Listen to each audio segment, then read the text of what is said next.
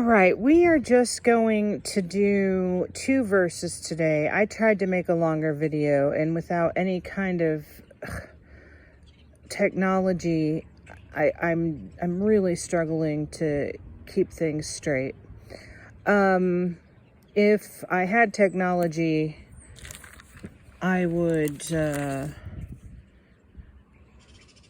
be making guided notes that would kind of ask questions at each juncture. At the end of the last lesson, I asked you to give some thought to what does wisdom look like? If wisdom walked into a party, what kind of behaviors would you expect from them? What would they look like? Upon my own thoughts of such an event, I thought of Morgan Freeman, the black actor, and Maya Angelou, the black poet. I don't know why they both happen to be black. I guess because both of them have been through some stuff. And it seems like wisdom has to have had some life experience. If anyone else had anybody interesting that they thought would look like wisdom, put it down in the comments. I'd love to know what you thought. I was thinking, like, if I had a marital problem or a career problem, I could go to either one of them and get really good advice on how to be wise. All right, so yeah, we're not even going to do a read through. We are just going to focus on this one verse. Wisdom's rebuke. A rebuke is like a chewing out. And that is verse 20 and 21. Out in the open, wisdom calls aloud. She raises her voice in the public square. On top of the wall, she cries out. At the city gate, she makes her speech. Now, I had flashbacks upon first reading this of several times in the Bible when it says wise people essentially keep their mouths shut. So God had me go to the Bible app and just type in the words quiet and wisdom, and up popped this verse. The quiet words of the wise are more to be heeded than the shouts of a ruler of fools. Ecclesiastes 9:17. You can feel the God in that verse. It's calm, it's controlled, it's strong, and yet it's also, there's a quietness to it. But in this verse, we have out in the open, wisdom calls aloud. She raises her voice in the public square. On top of the wall, she cries out at the city gate. She makes her speech. Now, if either Morgan or Maya walked into a party, I am really going to doubt that they are going to walk into the center of the room and start professing anything. They're going to sit and watch. They're going to have a sly, knowing smile. They're going to maybe nod their head at people. They're maybe going to speak through their eyes. But to imagine one of them going to the front of the room where everyone can see them and calling aloud in a loud voice, crying out and making a speech, it's a little off. The question is, who is this wisdom? It's obviously a female. It's being referred to as she. I kind of imagine her in a toga with long, brown, flowing hair, kind of strong arms. And she confidently goes to the front of the city gate. And she's going to profess something. I think I'm a little suspect of wisdom being this loud. But I want to know who she is. So this study Bible, which is the definitive text of the end times treasure hunt, says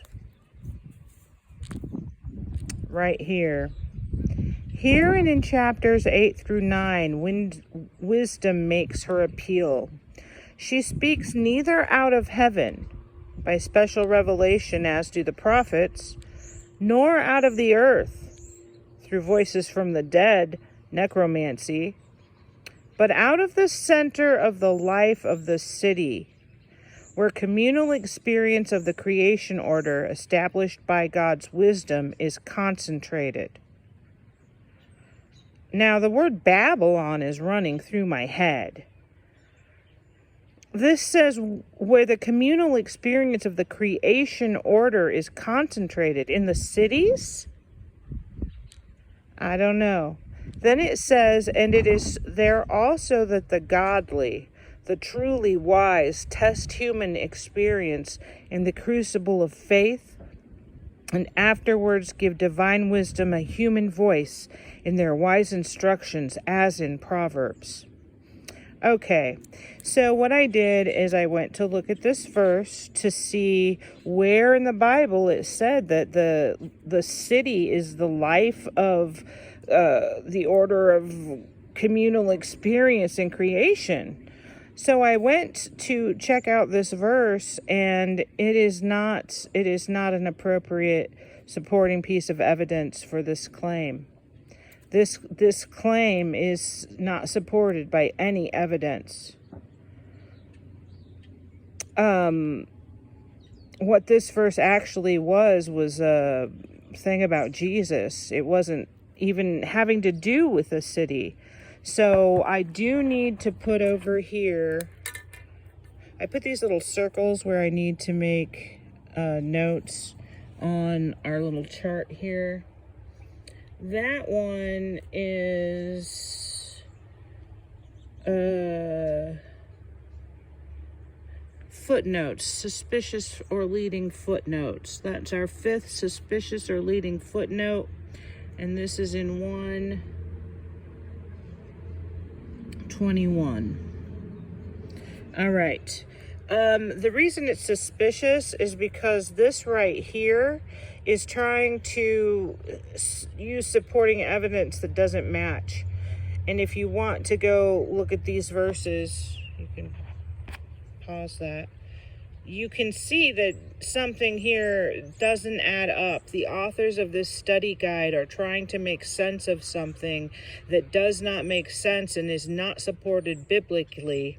But if you don't understand it as such, then this looks like something's wrong. And they didn't want anything to look wrong. I'm going to repeat that. The study guide Bible doesn't want the Bible to appear unrighteous. So what it appears they have done is make footnotes with questionable supporting evidence. This then makes the brain say, oh, I don't need to worry about that anymore. We all know that cities are not,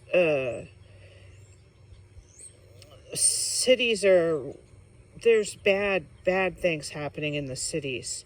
In smaller rural areas, you have people watching each other. You have people living off the land. You don't have the filthy rich taking advantage of people. Now, I could argue maybe that, well, go back and read these and you'll realize that this was really a stretch. So, here to start with, we have wisdom rebuking someone, and I don't even know, I mean, honestly, does wisdom rebuke? The wiser I got, the more I let people just learn their own lessons. Wisdom does not have to talk much. And then Ecclesiastes 19, the quiet words of the wise are more to be heeded than the shouts of a ruler of fools. I think it's letting us know that we might be looking at a ruler of fools here.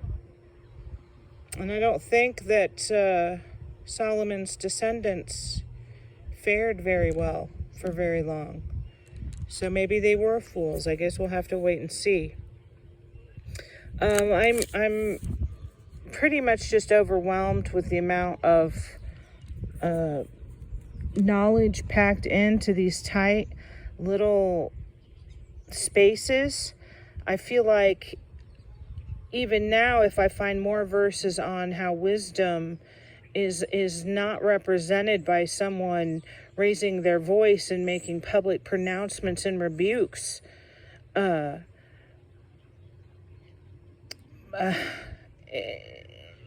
it's totally anti-intuitive. Anyway, I'm getting overwhelmed with the complexity. I don't know how far I'll continue. I don't feel like that many people are watching. I know Felicia is, and Bat Lover is, and S. Jones mostly is. I don't know. I don't even know if these are interesting to anyone, and I'm making a lot of claims, and I feel like without guided notes that like show this and map it out, like it can be mapped out so clearly just by asking yourself like questions and then getting the supporting documentation. This just is not how wisdom would behave. And when we go down and see what she eventually says, you know what, I'm going to read the rest of the chapter right now for tomorrow's lesson, or whenever he lets me get around to this, so I'm not so overwhelmed then. We've read the first part. She's somewhat assertive or aggressive, I'm not really sure which, and she's out speaking to all the people of the city. How long will you who are simple love your simple ways? How long will mockers delight in mockery and fools hate knowledge? Repent at my rebuke. Then I will pour out my thoughts to you. I will make known to you my teachings. But since you refuse to listen when I call, and no one pays attention when I stretch out my hand, since you disregard all my advice and do not accept my rebuke, I in turn will laugh when disaster strikes you. I will mock when calamity overtakes you. When calamity overtakes you like a storm. When a disaster sweeps over you like a whirlwind. When distress and trouble overwhelm you. Then you will call to me, but I will not answer. They will look for me, but will not find me, since they hated knowledge and did not choose to fear the Lord. Since they would not accept my advice and spurned my rebuke, they will eat the fruit of their ways and be filled with the fruit of their schemes. For the waywardness of the simple will kill them, and the complacency of fools will destroy them. But whoever listens to me will live in safety and be at ease without fear or harm. I don't want to know this wisdom lady. I don't want to know her. All right. Well, we know that she's not a prophet. This was not given through prophecy. And we also know that it was not given through necromancy. Necromancy. Isn't that a horrible sounding word? That's when you communicate with dead people.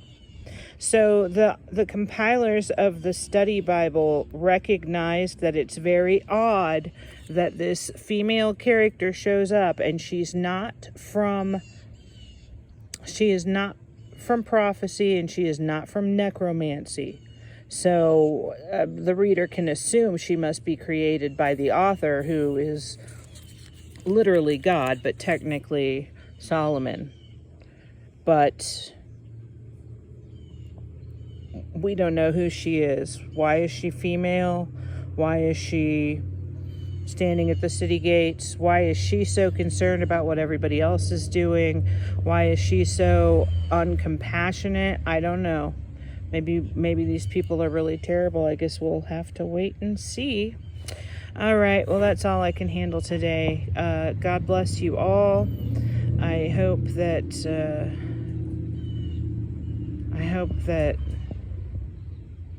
someone's enjoying this.